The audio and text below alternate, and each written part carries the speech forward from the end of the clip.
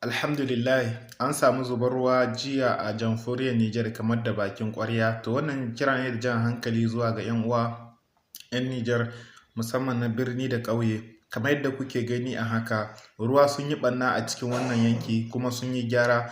To 'yan uwa ina mai jan hankalinku duk inda ya kasance an san akwai magudanan ruwa sun taushe, ya kamata matasa 'yan uwa 'yan Nijar tare da manya ku ba da haɗin kai domin ku je ku gyara magudanar ruwan nan, hanyoyin ruwan duk ku gyara su domin guje ma irin wannan ibtila'i da ya faru.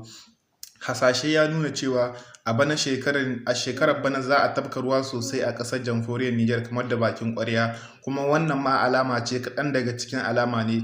Faske kuna ganin yadda ruwa suka zuba sosai a nan cikin ƙasar Nijar kuma suka yi ɓanna irin haka, ko kuma in ce suka yi gyara duk da an samu akasin ginoni sun haɗi. Kun san yadda yanayin ginoninmu suke na ƙasar Nijar, akwai matsala idan an ce za a zuba ruwa sosai. To menene za a yi domin a guje ma haka? Abinda za a yi kawai a gyara magudanar ruwan in sun biyo su zan wuce da kyau da kyau. To haka ne ya kamata a ce duka matasa sun ba da haɗin kai sun je sun gyara garinsu domin guje ma irin wannan matsala. Ku kalli wannan bidiyo tun daga farko har ƙarshen shi domin ku ga abin da ya faru a cikin waɗanga ruwa da aka yi jiya Juma'a a ƙasar Nijar. Lallai ruwa ga sun duk su yi ɓanna, gidajen mutane sun halake.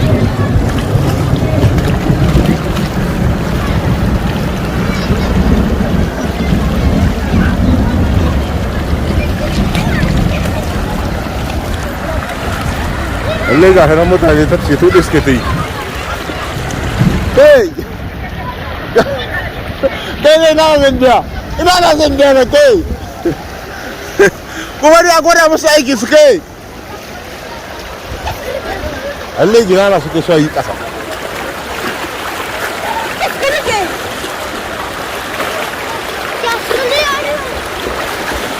Lallai akwai matsala don ruwa su yi ɓanna ƙwarai nan.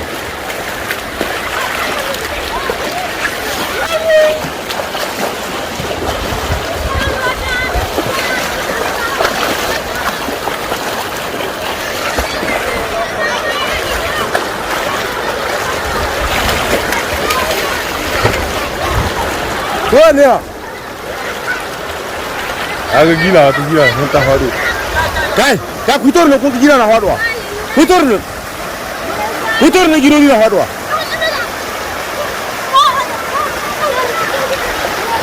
Ginoni ga sun suwa faɗuwa. Fitar ne fitar.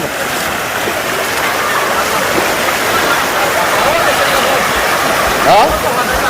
Gini ana suke.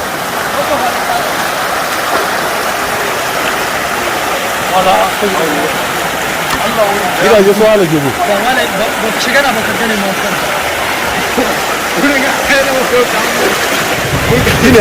Gina ana suke ma.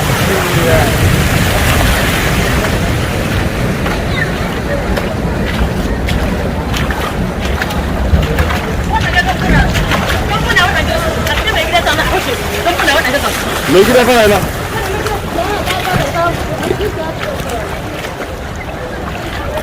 Lallai kun ga cikin gidajen mutane ga sunan ga wanga gida.